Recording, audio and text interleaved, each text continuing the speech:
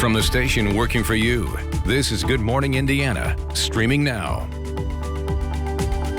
And welcome into Good Morning Indiana. I'm Nicole Griffin. Lauren Casey has the morning off. Happy Monday. We do have a lot of news to get to this morning, but one of the big stories that we're going to be covering is universities across central Indiana are returning back to class today, and that includes Indiana University, Purdue, Butler as well. So coming up this morning on Good Morning Indiana, our Alyssa Donovan will be live in Bloomington and breaking down the latest information there. Just last week, we reported there were some recent parties there. There's an investigation underway due to students throwing these parties and violating COVID-19 regulations. So we're going to break all that down for you straight ahead on Good Morning Indiana. But first, let's get a check of your forecast here. Todd Clausen standing by. And Todd, what a beautiful weekend we had. It was really, Nicole. We got the 500 in without any storms. That was good news. There was a couple just to the south yesterday. I know Shelbyville had a pretty good storm roll through during the afternoon hours, but overall it was dry. And we're carrying that nice weather into your Monday as well. Now, this morning there are some storms out there as well. You see them moving north of Indianapolis through the Tipton area, now pushing towards Muncie and into portions of Marion and Hartford City as well. Temperatures are in the 60s and 70s. These storms will move through. It's kind of the leading edge of just some warmer and more humid air, which I know you probably don't want to hear. But it's going to open the door today for temperatures to be a little bit warmer than yesterday as our high gets up to 90 degrees. And it's going to be the start of what's going to be probably at least 3 days in a row with high temperatures today that will be in the 90s. Outside of some isolated storm chances, which we'll detail in Maine weather coming up in just a few minutes, we're looking at mostly sunny skies. So it's a very typical summer, hot and humid day for us. We'll talk about the week ahead coming up in just a few minutes, Nicole. All right, Todd, thank you. And now straight ahead this morning as well, we're going to get you the very latest information when it comes to the coronavirus pandemic here in Indiana. Take a look at your screen right now. These are the latest numbers reported from the State Department of Health. 2 more new deaths were reported, bringing the total number of deaths here in Indiana to just over 3,000 at 3,003 cases. So we're going to break down that information for you straight ahead on Good Morning Indiana. And also, of course, everyone wrapping up a good weekend. Todd just mentioned it. We got the Indy 500 in finally just yesterday. So we're going to see fans. We're going to talk to fans straight ahead. Our Brad Brown is going to break down some of the big highlights from that race there. We know Takuma Sato won his second Indy 500. So a big congratulations goes out to him and his team. We'll have that story plus more news, weather, and traffic to get you started here on Monday morning. From the station working for you, this is Good Morning Indiana, streaming now. Now at 4:30, many universities in Indiana are beginning in-person classes today. How they are handling the start of the semester and the last-minute change for Butler. And after months of waiting, the Indianapolis 500 finally waved the green flag this weekend. Our Brad Brown recaps the big moments from this year's historic race. But first, we want to start with your forecast here on this Monday morning. Meteorologist Todd Clausen joining us. And Todd, you're saying it's going to be a hot start to the week. It is, Nicole. We're probably looking at 3 days in a row to kick off this work week of temperatures that are going to be in the 90s, with tomorrow probably being the warmest days of the 3. We're in the 70s right now in most of central Indiana. We're at 72 degrees in Indy, 74 in Muncie, 72 in Bloomington. You compare this to temperatures last week when a couple mornings we were down into the 40s and 50s across the area. So the warmth is in place and some storms are out there as well this morning. Nothing severe here, but certainly some of you in the Tipton area where these storms just went through may have heard some of that thunder. The thunder and lightning's now pushing into Alexandria. But you can see there's a few isolated downpours as well just through Noblesville, moving through Fishers right now. These are going to be pushing into the Pendleton area as they move into Madison County and then up to the north. Marion, we're dealing with some heavier rainfall there right along US 35. Pushing towards I-69 as you make your way through Grant County. And it's just one little cluster of storms that is out there. Otherwise, everybody else has mainly clear skies. And throughout the day today, our focus is not going to be on storm chances, but on the heat and the humidity that is going to be building in. So it's going to be a hot one, already up to 83 degrees by the time we get to the noon hour with mostly sunny skies, 85 by 1 p.m. I think our high temperature most likely hits that 90-degree mark later on this afternoon. We'll talk about that and also your Tuesday forecast, which I mentioned is probably the warmest day of the week, coming up in just a few minutes. But right now, let's get a check on the roads with Nicole. Good morning. Good morning, Todd. We are taking a close look at traffic this morning. The left lane on southbound I-70 at State Road 334 near Zionsville is closed for ongoing construction. So just be aware of that as you head out the door this morning. Let's take another look at one of our INDOT traffic cameras this morning. This is I-70 west of Lyndhurst Drive. You can see traffic moving just fine in this area, so no delays to slow you down as you head out the door. Just before Butler University undergraduate students begin their first day of class today, the university announced that the first 2 weeks will be completely online. The school made the announcement yesterday. Butler says it is concerned over the lack of compliance from students in following COVID-19 safety guidelines, as well as an increase in the positivity rate on campus. At this time, the university has identified 75 students who have been in close contact with people who are positive for COVID-19. Butler says those individuals have been placed in quarantine. IU and Purdue are also kicking off their fall semesters today. Last week, both universities reported issues with students throwing parties, violating COVID-19 regulations. Purdue suspended 36 students connected to one gathering. IU says they are investigating a large off-campus party in Bloomington and are considering suspensions as well. Over the weekend, Indiana surpassed 3,000 total deaths from COVID-19. In the very latest numbers from the State Department of Health, they reported 2 new deaths, bringing the total to 3,003. 618 new cases were also reported. Nearly 86,000 total cases of the virus have been reported since the pandemic began. More than 977,000 Hoosiers have been tested so far. The state says 6.9% have come back positive. It was 14 weeks later than planned and no fans in the stands, but 33 drivers still took to the track for the 104th running of the Indy 500. Our Brad Brown has the highlights from inside the Speedway. We'll be back home in Indiana in 2021. Be safe, have fun, drivers, start your engine! Roger Penske giving the command to start engines for the first time, now chairman of the Indianapolis Motor Speedway. A cool woman at the front of the field. Mario Andretti driving the 2-seater. Michael Andretti in the back seat. Marco Andretti starting on pole position. But when the green flag dropped, it was clear that Scott Dixon had maybe the best car of the day. Turn 1, lap 1. Dixon went to the lead and would dominate the first part of the race. First big wreck came on lap 93 on a restart. Connor Daly and Oliver Askew getting caught up in one another coming out of turn 4. A messy wreck down there. Askew walked away with a bit of an injury to his knee. Daly's day was done early. Lap 103, Alexander Rossi starts to make his bid for best of the day, taking the lead over Dixon just past the halfway point. But a strange day for Rossi after that. Coming out of the pits, makes contact with Takuma Sato. A penalty would move Rossi back to 23rd, making his way back through the field. But then this wreck on lap 144 put him in the wall, and a strong contender's day was done early. Move ahead in action to lap 158. Dixon continued to dominate, but here comes Takuma Sato making a pass on the front stretch to the inside and to the lead. Sato's car is very best of the day at that juncture. Those two would battle back and forth for 35 laps. And then on lap number 194, 6 to go, Spencer Pigot with this nasty accident into the wall in turn 4 would T-bone the safety barrier on the top of the pit lane attenuator. That brought out a final yellow flag. IndyCar was unable to make final repairs to that pit safety barrier, and so the race would finish under caution. Sato just ahead of Scott Dixon and Graham Rahal, his second Indy 500 championship, and another win for the Rahal Letterman Lanigan racing team.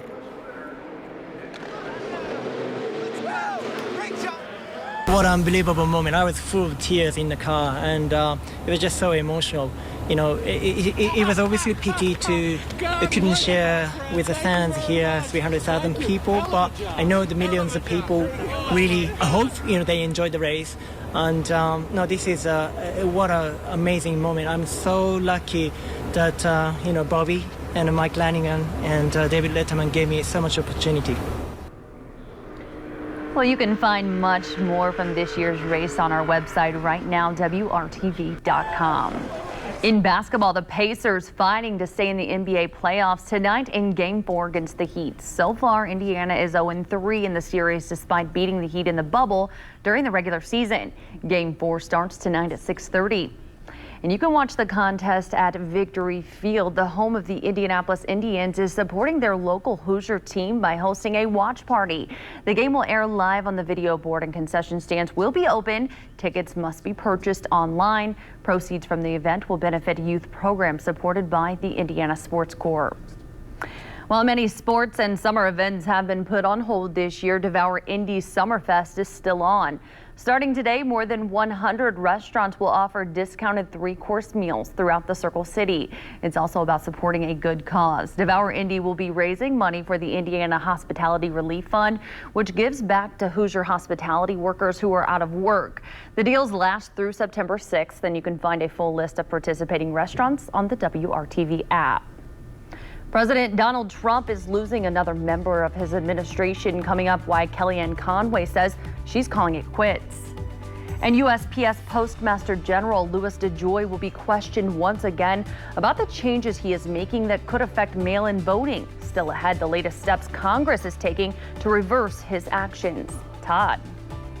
And Nicole, there's just a few thunderstorms out here this morning making their way through northern portions of central Indiana. These storms not going to be with us all day, but for some of you, again, it's a wet and rather loud start to your morning where this thunder is moving through. We'll talk about these storms and also talk about the heat that's going to build in for much of this week coming up in your storm team forecast. You're watching WRTV right here. The time now is 4:38.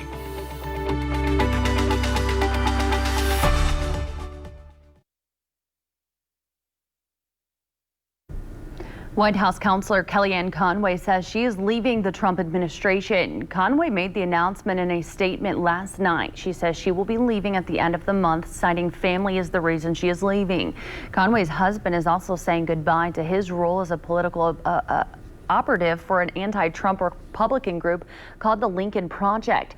Their daughter has also made frequent posts about her parents on social media and has become a critic of President Trump. Conway is expected to speak at the Republican National Convention, but it is unclear if she will still do so.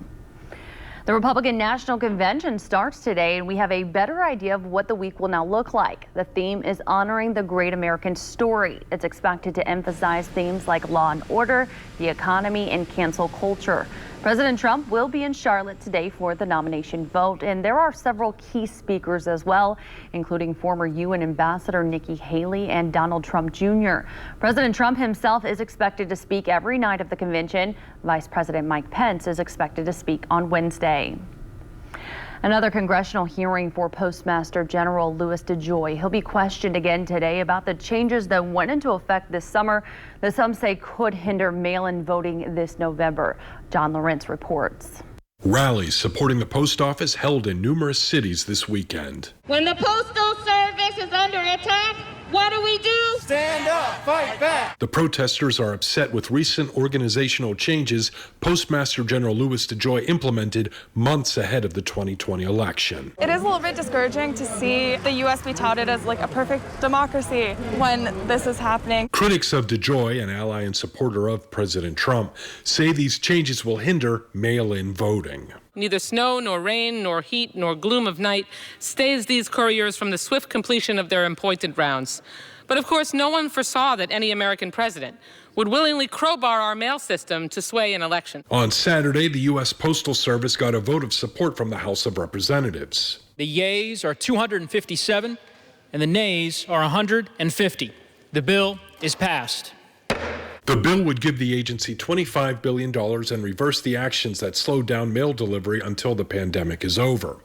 However, the USPS released a statement Sunday night saying parts of the bill, while well-meaning, will constrain the ability of the Postal Service to make operational changes that will improve efficiency, reduce costs, and ultimately improve service to the American people. I'm John Lawrence reporting.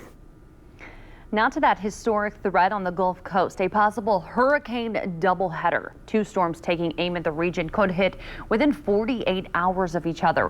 Hurricane Marco was downgraded to a tropical storm overnight, and Tropical Storm Laura is not far behind. It's already left a trail of devastation across parts of the Caribbean. ABC's Kenneth Moten has the details. This morning, a state of emergency on the Gulf Coast. There's never been anything we've seen like this before. The region is bracing for the potential of two storms making landfall in 2 days. Louisiana in the bullseye. We're going to get basically a right hook from Marco and then a left hook from Laura. Marco is just hours away from expected landfall, creeping toward the coast, bringing gale force winds and up to 10 inches of rain. Sandbags are already in place ahead of the dangerous storm surge expected from parts of the Texas coast to New Orleans. Residents urged to prepare for the worst. Be prepared to self-sustain yourself for about 5 days in case we do get a worst-case scenario. Essentials are paper towels, diapers, batteries, probably flashlights, stocking up on food. But the real concern comes as Laura, seen here from above, comes barreling in behind Marco, expected to slam into the Louisiana coast as at least a Category 2 hurricane, bringing more than a foot of rain and a devastating storm surge along with it. We haven't had a Category 3 hurricane in Louisiana since Hurricane Rita. Some areas already feeling Laura's deadly wrath. In Haiti, at least 5 dead after floodwaters swallowed neighborhoods, causing this home to collapse. A similar scene in the Dominican Republic. At least 3 people killed. The devastation obvious from above, bringing victims out by hand and on boats. Back on the Gulf Coast, officials are now warning residents that twin storms bring a higher danger, saying the storms are hitting so close together there may not be time for search and rescue efforts between landfalls. Kenneth Moten, ABC News, New York. And we'll have to keep an eye on both Marco and also Laura and how they could impact our weather as we get towards the end of the week here in central Indiana. We're starting the week off, though, with lots of sunshine, heat, and humidity. But I'll show you also where these storms are right now on your satellite and radar picture. And you can see Marco, that is the storm here getting ready to make landfall. It's a tropical storm. And then Laura is this more organized one down to the south. And that's the one that's going to potentially strengthen into a Category 2 hurricane as it makes its way into the Gulf of Mexico. We'll come back closer to home, and you can see we are dealing with a few thunderstorms here across parts of central Indiana. Some heavier rainfall right now from LaPel to Anderson, and then up into portions of Elwood and Marion. We've lost a little bit of the lightning. You see one lightning strike there, though, near Alexandria, and that is just about it as far as the lightning goes, and as far as the rain goes for us. It's just that little cluster of rain that's scooting north of Indianapolis there that'll continue to move off towards the east. So eventually Winchester up into portions of Portland, Jay County.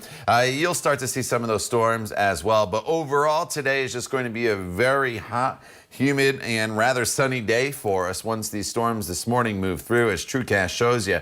There's not a whole lot on it for the remainder of the day. It's not out of the question later on this afternoon and into the evening hours that another isolated storm could start to flare up across the area. But overall, do not think of today as a wet day for us. By far, the bigger weather headline is going to be the heat across the area. We're at 69 right now in Richmond as well as Greenfield, 72 in Bloomington, 74 is the current temperature in Terre Haute, and Lafayette's at 73. As far as the humidity goes, oh, you'll feel it here. We're going to be in the muggy to very humid category throughout much of this week. It may dip a little bit there with that yellow line, as you see, as we get towards the end of the week with some cooler temperatures. But definitely the first 3 days of this week are going to be extremely warm and also very, very muggy. 83 degrees already by the noon hour. Our high temperature today, that should get up to right around 90 degrees if you have plans this evening. Sunny skies, temperatures falling back down only into the 80s even after sunset. By 9 p.m., the temperature is still going to be right around 80 degrees. Then as you look ahead to tomorrow's planner, sunny skies from start to finish. It's going to be a very hot day for us. Tomorrow's probably the warmest day of the entire week, with our high temperature getting up to 93 degrees, 92 on Wednesday as the heat continues. And then as we work our way into the latter half of the work week and into the weekend, Temperatures do cool down a little bit. We'll have better chances of storms each one of those days as well, especially Thursday and Friday. And then as we get into the weekend, temperatures will be right around 82 degrees. You see the storm icons there. No days of washout here, but our focus at least the next couple days, Nicole, are going to be on the temperatures as it's going to be really, really hot all across the area. All right, Todd, thank you. Let's take a live look outside. Right now it is 4:49. This is our INDY traffic camera at I-465 at I-74 there on the west side. You can see traffic is moving just fine in this area, so no delays to slow you down as you head out the door.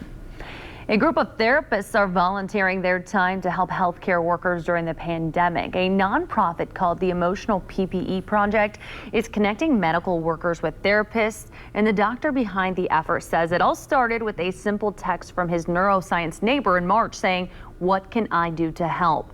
Together, the two of them created the online directory for volunteer therapists.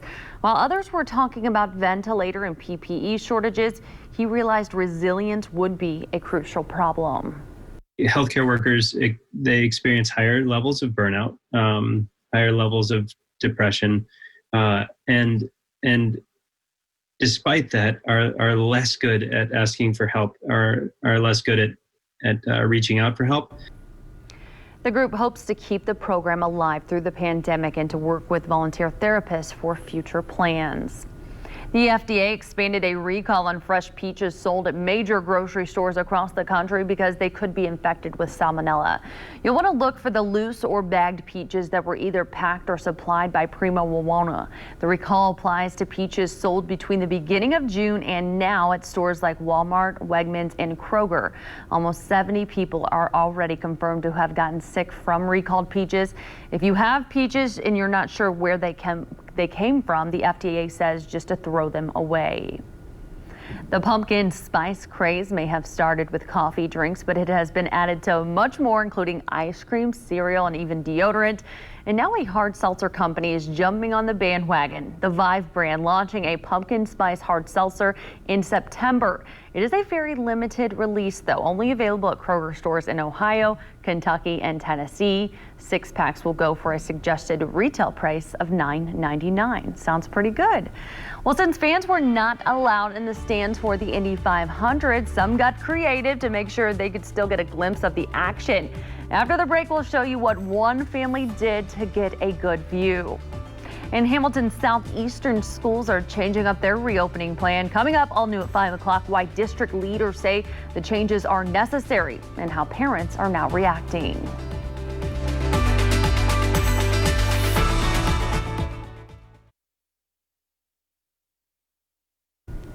An unprecedented year due to COVID-19 forced one man to find a tree view to watch the Indy 500. Joe Malia from Chicago watched the Indy 500 with his sons perched in a tree. Joe did not want to miss the race, so he paid for the building of the deck by outside of turn 3. He says thanks to some of the new jumbo monitors, he was still able to enjoy the race. His skybox seating has now drawn national attention. Yeah, my phone is blowing up, so I imagine there's people smiling. I know it makes me smile for sure. The world's a wreck right now, and if we could do anything to make it happy, this is the place to do it.